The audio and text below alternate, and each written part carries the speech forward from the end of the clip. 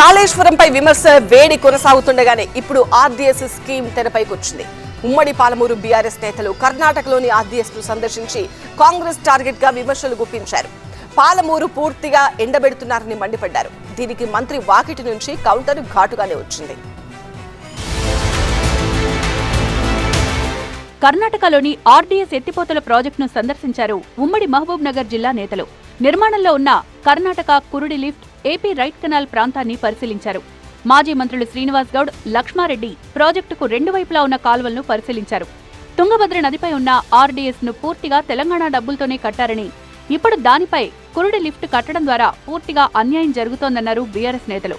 AP, కర్ణాటకకే నీళ్లు తరలించుకుపోతున్నారని, తెలంగాణకు అన్యాయం చేస్తున్నారని మండిపడ్డారు మాజీ మంత్రి శ్రీనివాస్ గౌడ్. గేట్లు కిందికి దొబ్బేసిండ్రు, మొత్తం సిల్ట్ నింపిండ్రు, పక్కలనేమో గేట్లను పళ్ళగొట్టి నీళ్ళు తీసుకుపోతున్నారు. జనరల్ ఎవడే కానీ ఈ డ్యామ్ నిండిన తర్వాత నీళ్లు ఒలుసుకుపోయినట్టు బయటకు పోతాయి, కానీ డ్యామ్ నిండకుండానే మొత్తం బొక్క పెట్టేసారు, నీళ్ళు తీసుకుపోతారు.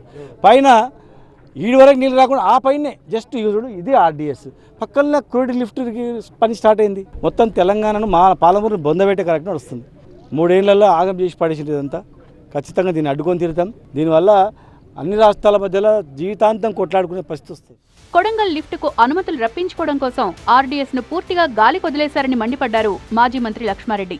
కేవలం అవగాహన రహితంతో, ఈగోతోని అయితే ముఖ్యమంత్రి గారు కొడంగల్ లిఫ్టిగేషన్ పని స్టార్ట్ చేసిండో దానికి కర్ణాటక ఎన్ఓసి కావాలి కాబట్టి ఇవన్నీ హక్కులు వదిలిపెట్టేస్తారు. ఒక రకంగా చూస్తే తెలంగాణ ముఖ్యమంత్రి మామనాడు జిల్లా వాసి ఉండి మామనాడు జిల్లాకి అన్యాయం చేస్తుండ్రు. తెలియని అవగాహన రహితంతో అటువంటి దరిద్రం మరి ఎక్కడ చూడలేదు. బీఆర్ఎస్ నేతలకు ఘాటుగా కౌంటర్ ఇచ్చారు మంత్రి వాకిటి శ్రీహరి. 10 ఏళ్లు అధికారంలో ఉన్న సమయంలో గుర్తుకు రాని ఆర్డీఎస్ ఇప్పుడు గుర్తుకొచ్చిందా అని ప్రశ్నించారు. గతంలో అధికారంలో ఉండి కూడా ఎందుకు ఆర్డీఎస్ కు పోలేదు?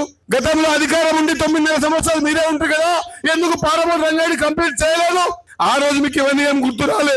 ఆ రోజు ఏం తిందాం, ఏం వేసుకుందాం, బ్యాట్లు గుంజుకుందాం, భూములు కబ్జా చేద్దామనే తప్ప ఈ పాలమూరు రంగారెడ్డి గుర్తురాలే, ఆ టీఎస్ కాలో గుర్తురాలే. ఇప్పుడు అధికారం పోయి పేదోళ్ళు గుర్తుకొస్తున్నారు. మరి 10 ఏళ్ళు గాది పడుదోమినరా? ఏం చేసిండ్రు 10 ఏళ్లలో? తెలంగాణలో ప్రాజెక్టులు, ఎత్తిపోతలపై బీఆర్ఎస్ కాంగ్రెస్ మధ్య యుద్ధం రోజురోజుకు ముదురుతోంది.